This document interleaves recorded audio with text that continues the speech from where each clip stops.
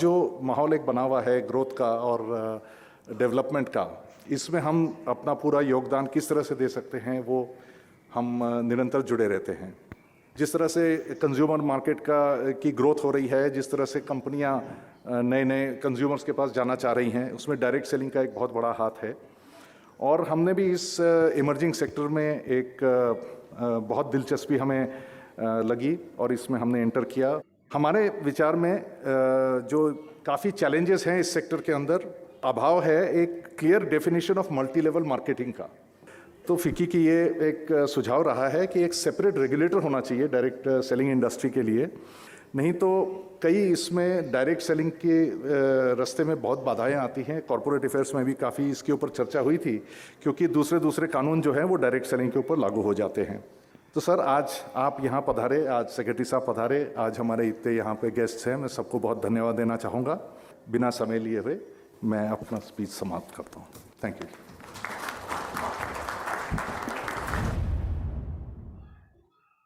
Thank you so much, Mr. Birla. I'll request Kurush Grant, who's chairing our FMCG division, to actually come and talk about industry's perspective and what he feels about direct selling. Manya Mantri ji, distinguished people on the dais, ladies and gentlemen, direct selling is not new. In fact, as a child growing up, the vegetable salesman coming to our doorstep, the sabji wala coming to your doorstep is something we've all grown up with. It is just old wine in a new bottle in terms of processes. In fact, FMCG companies in India have been involved with direct selling processes for years. All FMCG companies follow multiple channels of distribution. And when one talks about multi-level marketing, let me give you some examples of multi-level marketing in other forms of distribution, typically fast-moving consumer goods.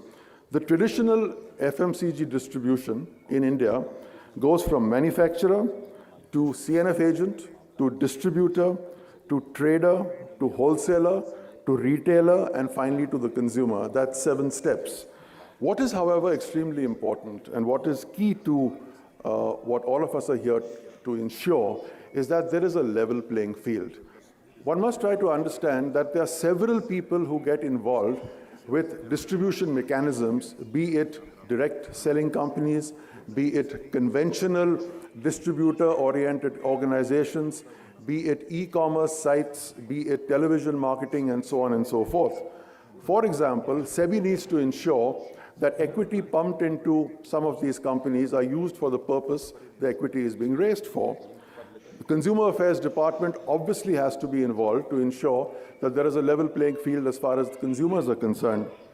Commerce and industry have to ensure that rules of FDI are maintained consistently across the organizations, irrespective of the methodology of distribution and irrespective of the methodology of order taking. The Competition Commission must clearly get involved whenever there are issues of not only anti-consumer activities, but anti-trade activities also.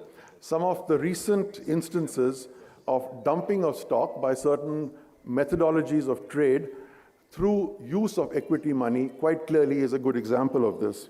And lastly, the Finance Ministry needs to get involved, both at the central and state level, for the simple reason that there needs to be a level playing field when it comes to service tax, when it comes to VAT, when it comes to excise duties to be collected from any kind of organization as long as it is product going directly to the consumer. Before I end, I have one request, sir, directly to you in Amway, and it has nothing to do with direct selling or direct marketing at all. You, sirs, are one of the world leaders in value-added agriculture, particularly when it comes to medicinal and herbal plants. I would request you as an Indian to bring that technology into India to assist our farmers actually adding value to themselves and to the Indian economy. Thank you. Now, I would request our Honorable Secretary, Mr. Keshav Desi Raju, to speak to us. Grateful to Ficky for the invitation to be present at this meeting. I just have a few remarks to make. The position that we had earlier taken in the Department of Consumer Affairs with regard to direct selling was that whatever was necessary could be administered under the Price Chits and Money Circulation Schemes Banning Act. And That was a view that was held for some years, though more recently, a final decision, a view was taken in consultation with the Department of Financial Services that Consumer Affairs Department ought to and should take the lead in considering the need for standalone legislation, the need for setting up a regulator, what specifically the regulator's responsibilities would be, and what was there to regulate, which is currently not being regulated, what was there to regulate, which could not be dealt with under the Consumer Protection Act. As many of you would know, there was a pending issue about amendments to the Price Chits and Money Circulation Act and the possibility of granting exemptions under that act. That has been kept, that it has been decided that no amendments were necessary, no exceptions would be given under that act, and that insofar as legitimate direct selling was concerned, it was a matter for the Department of Consumer Affairs to handle. Thank you very much for listening to me.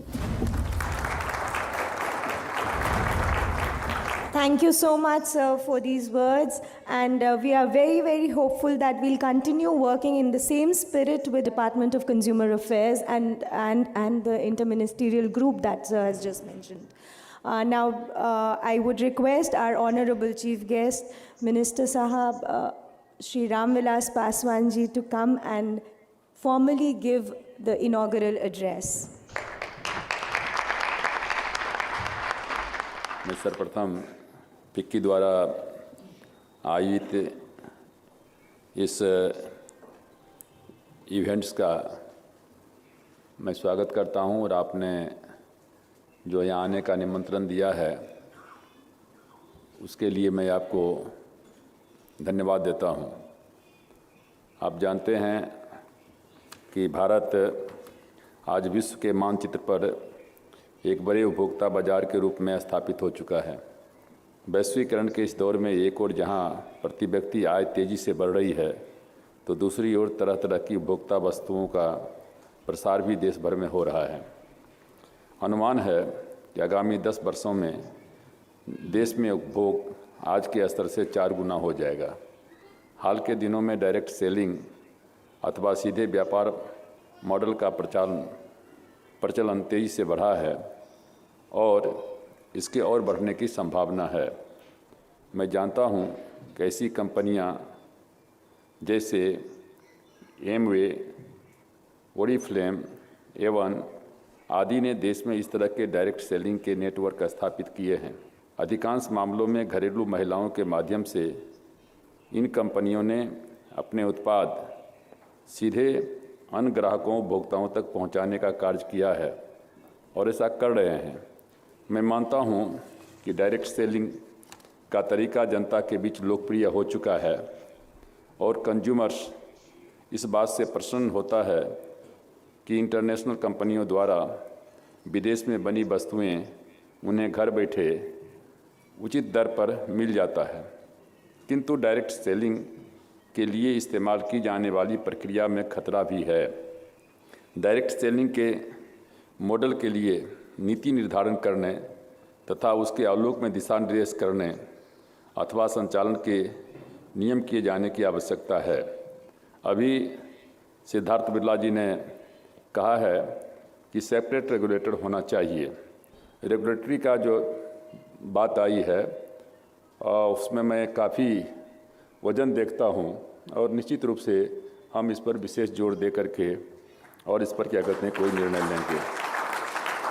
मैं आपसे एक ही चीज़ के माध्यम से कहूँगा कि आप जो भी रेगुलेटर बनावें, जो भी आपका प्रपोजल हो, उसमें ज़रूर इस बात को देखिए कि कंज्यूमर के साथ में धोखाधड़ी नहीं होना चाहिए। इन्हीं शब्दों के साथ आप सब लोगों को बहुत बहुत धन्यवाद है। जय हिंद, जय भारत।